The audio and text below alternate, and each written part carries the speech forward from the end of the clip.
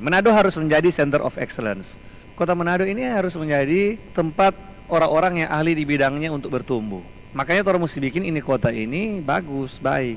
Orang berharap orang-orang pintar, orang-orang ahli dari daerah lain datang tinggal di sini justru. Jangan sampai orang Manado sendiri yang ahli, seberhasil talebe, dia lari keluar Manado. Kalau semua tak kumpul di sini yang begitu, ekonomi akan berputar dengan baik. Dengan teknologi sekarang, jarak nyanda ada batas lagi. Orang bisa bekerja di Manado, jualan di mana-mana, tinggal transfer masuk, tapi dia harus aktivitas di kota Manado. Nah, otomatis ekonomi tak putar di kota Manado. Manado ini dipenuhi oleh orang-orang yang beretos kerja tinggi, ahli di bidangnya masing-masing, dan dorang berproduksi, dorang mendatangkan uang dari luar, berputar di kota Manado. Orang tata kota Manado ini jadi nyaman, infrastrukturnya baik, jalan-jalan baik, nyenaknya banjir-banjir, semua fasilitas ada, untuk kesehatan lengkap, untuk pendidikan kualitasnya tinggi. Itulah kota Manado yang orang cita-citakan.